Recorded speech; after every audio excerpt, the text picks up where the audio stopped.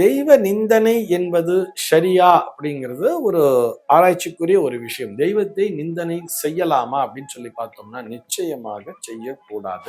நாத்திகம் என்பது வேறு, தெய்வ நிந்தனை என்பது வேறு. தெய்வ நம்பிக்கை இல்லாமல் வேண்டுமானால் இருக்கலாம், தெய்வம் இருக்கா இல்லையா அப்படிங்கிறது அவர்களுக்கு சரிவர புரியாமல் இருக்கலாம், அதனால அவர்கள் தெய்வத்தை வணங்காமல் இருக்கலாம். நாத்திகவாதிகள் அத்தனை பேருக்கும் தண்டனை கிடைக்கும் என்று சாஸ்திரம் சொல்லவில்லை. தெய்வ நிந்தனை செய்பவர்கள் பார்த்தோம்னா எப்படா அந்த ஆண்டவன் என்ன கூப்பிடுவான் அப்படிங்கிற அந்த வார்த்தையே அவர்களையும் அறியாமல் அவர்களுடைய வாயிலிருந்து வரக்கூடிய அளவிற்கு அவஸ்தைகளை அனுபவிப்பார்கள் சொல்றார். நாத்திகவாதிகள் தான் நிறைய கேள்விகளை எழுப்பிக் கொண்டே இருப்பார்கள்.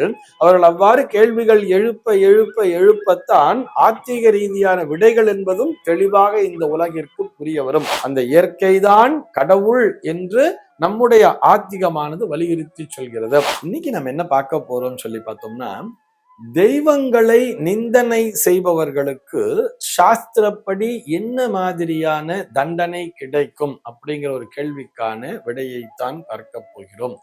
அதாவது தெய்வ நிந்தனை என்பது சரியா அப்படிங்கிறது ஒரு ஆராய்ச்சிக்குரிய ஒரு விஷயம். தெய்வத்தை நிந்தனை செய்யலாமா அப்படின்னு சொல்லி பார்த்தோம்னா நிச்சயமாக செய்யக்கூடாது.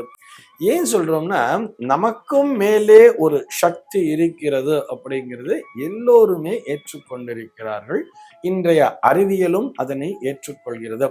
நாத்திகம் என்பது வேறு, தெய்வ நிந்தனை என்பது வேறு. தெய்வ நம்பிக்கை இல்லாமல் வேண்டுமானால் இருக்கலாம், தெய்வம் இருக்கா இல்லையா அப்படிங்கிறது அவர்களுக்கு சரிவர புரியாமல் இருக்கலாம், அதனால அவர்கள் தெய்வத்தை வணங்காமல் இருக்கலாம். நாத்திகவாதிகள் அத்தனை பேருக்கும் தண்டனை கிடைக்கும் என்று சாஸ்திரம் சொல்லவில்லை. ஏன்னா ஆத்திகவாதி என்று இருக்கும் பொழுது நாத்திகவாதி என்பவரும் இருந்துதான் ஆக வேண்டும். அப்படின்னா பகல்னு ஒண்ணு இருக்குன்னு சொன்னா இரவுன்னு ஒண்ணு இருக்கத்தானே செய்யும். எல்லா விஷயங்களிலுமே இந்த பக்கம் பாசிட்டிவ் எனர்ஜின்னு ஒண்ணு இருக்குன்னு சொன்னா அந்த பக்கம் நெகட்டிவ் எனர்ஜிங்கிறது ஒண்ணு இருந்தாதான் அது பேலன்சிங்கா போகும். எப்பொழுதுமே எல்லா விஷயங்களிலுமே நேர் எதிர் துருவங்கள் என்பது இருக்கத்தான் செய்யும். ஒருவர் ஆத்திகவாதியாக இருக்கிறார் என்று சொன்னால் அதற்கு இணையாக நாத்திகவாதிகளும் இருக்கத்தான் செய்வார்கள். நாத்திகம் என்பது வேறு, அவர்களுக்கு கடவுள் நம்பிக்கை என்பது இல்லாமல் இருக்கலாம், ஆனால் அதே நேரத்திலே கடவுள் நிந்தனையை செய்யக்கூடாது என்றுதான் சாஸ்திரம் வலியுறுத்துகிறது. நிந்தனை என்பதை செய்யக்கூடாது, கண்டிப்பாக செய்யக்கூடாது அல்லவா? ஏன் சொன்ன அந்த மாதிரி நிந்தனை பண்ணா என்ன நடக்கும்னு சொன்னா, அவர்கள் அதை உணர்கின்ற வகையிலே அவர்களுக்கான தண்டனை என்பது கண்டிப்பாக கிடைத்துவிடும். எப்படி சார் உணர்வாங்க? எல்லாரும் கண்ணா பின்னான்னு பேசிக்கிட்டு இருக்காங்களேன்னு சொன்னா, அவர்களுடைய அந்திம காலம் என்பது பொதுவா ஆதிசங்கரர் என்ன கேட்பார்? அனாயாசேன மரணம் அப்படின்னு சொல்லி கேட்கிறார். என்னுடைய மரணமானது அனாயாசமானதாக இருக்க வேண்டும். எப்படி? அப்படியே போய் படுத்துட்டோம்னா அப்படியே தூங்கி எழுந்திருக்காம அப்படியே மரணம் அடையணும். அந்த மாதிரி இருந்தாலும் அது ஒரு நல்ல மரணமாக சொல்லப்படுகிறது. ஆனால் இதுபோல் தெய்வ நிந்தனை செய்பவர்கள் பார்த்தோம்னா எப்படா அந்த ஆண்டவன் என்ன கூப்பிடுவான் அப்படிங்கிற அந்த வார்த்தையே அவர்களையும் அறியாமல் அவர்களுடைய வாயிலிருந்து வரக்கூடிய அளவிற்கு அவஸ்தைகளை அனுபவிப்பார்கள் சொல்ற. அந்த மாதிரியான ஒரு அவஸ்தையே வரக்கூடாது.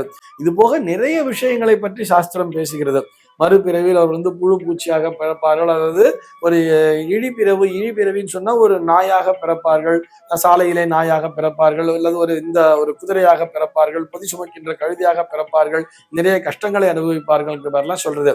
சார் அதெல்லாம் அடுத்த பிறவியில தானே, அடுத்த பிறவியில என்ன நடக்க போகுதுன்னு எனக்கு தெரிஞ்சா நான் ஏன் இப்ப பண்ண போறேன், தப்பு பண்ண போறேங்கிற மேல நிறைய பேர் விதண்டாவாதம் பேசுவார்கள். ஆனால் இதே பிறவியிலே கூட அவர்கள் அதனை அனுபவித்து உணர்கின்ற அளவிலே மிகுந்த சிரமத்திற்கு ஆளாகி விடுவார்கள் சொல்றது.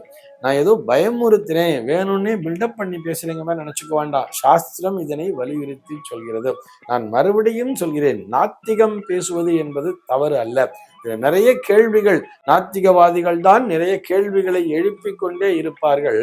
அவர்கள் அவ்வாறு கேள்விகள் எழுப்பத்தான் ஆத்திக ரீதியான விடைகள் என்பதும் தெளிவாக இந்த உலகிற்கு புரிய வரும். இது ஏன் இப்படி சொல்றாங்க? சூரியனை போய் அது ஒரு இயற்கையான விஷயம், அதை போய் கடவுளாக வணங்கலாமான்னு கேட்டால் வணங்கத்தான் வேண்டும் என்பதைத்தானே நம்முடைய முன்னோர்கள் வலியுறுத்தி சொல்லி இருக்கிறார்கள். சூரியன்கிற ஒரு விஷயம் இல்லைன்னு சொன்னா நம்மால் உயிர் வாழ முடியுமா? அல்லது தாவரம்தான் விளைந்து வருமா?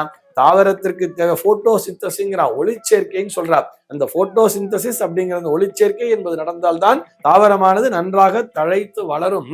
அது வளர்ந்தால்தான் நாம் அதனை சாப்பிட முடியும் அல்லவா?